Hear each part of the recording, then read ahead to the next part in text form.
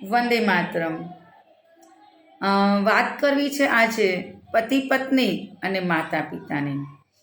પ્રેમ ભર્યા વફાદારીપૂર્વક અને વિશ્વાસથી સભર દાંપત્ય જીવન પર ઈશ્વરે કરેલા હસ્તાક્ષર એટલે પત્નીમાંથી માતા તરફની સફર અને પતિમાંથી પિતા તરફની સફર.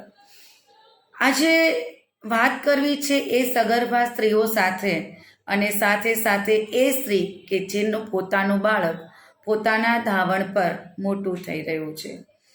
આપણે સૌ બાળકને શારીરિક રીતે સક્ષમ બનાવવા માટે ખૂબ જ ધ્યાન રાખીએ છીએ. ખાવા પીવામાં, વેક્સિન અપાવવામાં અને દરેક વસ્તુઓનું ઝીણવટપૂર્વક ધ્યાન રાખીએ છીએ.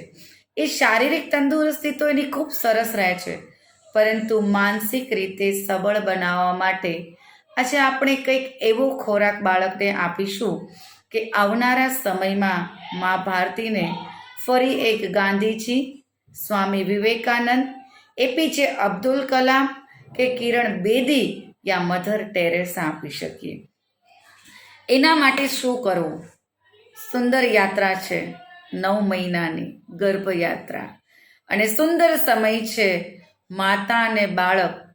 જ્યારે બાળક ધાવણથી મોટું થાય, માતાની છાતી સોસરવું ચોટી અને એનો વહાલ પામે છે, એ યાત્રા છે માતા અને બાળકની.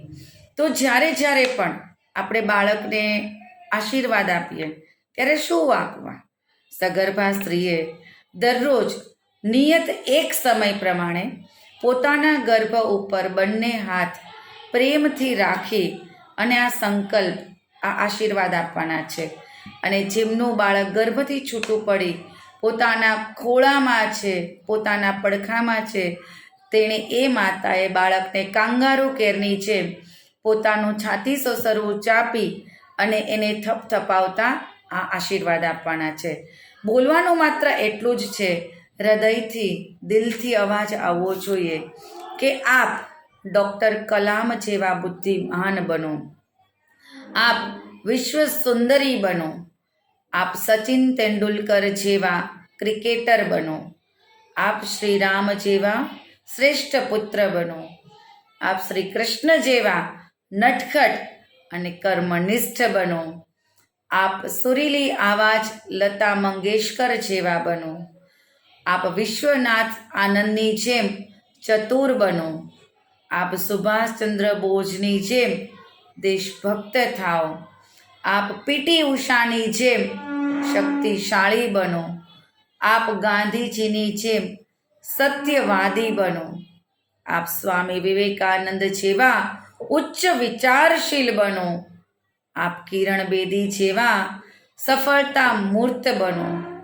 આપ શ્રી ગણેશ જેવા જ્ઞાન સ્વરૂપ બનો, આપ માતા સરસ્વતી જેવા જ્ઞાન અને વિદ્યાની દેવીની શક્તિઓને ધારણ કરો, આપ ઝાંસીની રાણી જેવી વીરાંગના બનો, આપ ડૉક્ટર રાધાકૃષ્ણન જેવા શ્રેષ્ઠ શિક્ષક બનો, આપ ડૉક્ટર એની બસંત જેવા સાદગી સ્વરૂપ બનો, આપ ડૉક્ટર વિક્રમ સારાભાઈ જેવા વૈજ્ઞાનિક બનો.